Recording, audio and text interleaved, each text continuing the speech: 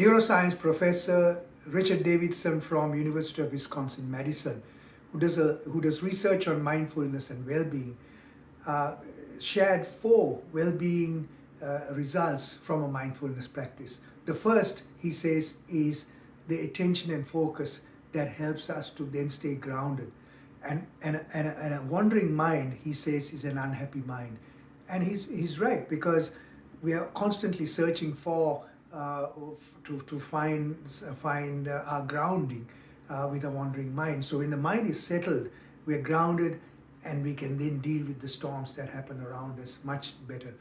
The next one is outlook. Having a positive outlook in life becomes easier, because a long-term meditation practice helps us to grow the neocortex part of our brain, which is the executive function, which can put things in perspective rather than going into a place of fear when we are on autopilot. Number 3 is resilience then. Resilience to withstand adversity, and how do we recover from adversity? How do we deal with the storms that are happening around us, especially, as I always say, in a VUCA world, everything is volatile, uncertain, complex, and ambiguous.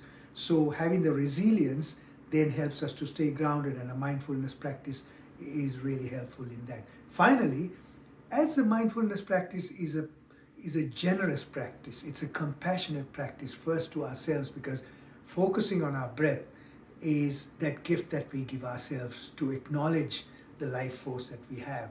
So that then compels us to be generous to others, which is proven now through surveys that being generous is the ultimate in our well-being.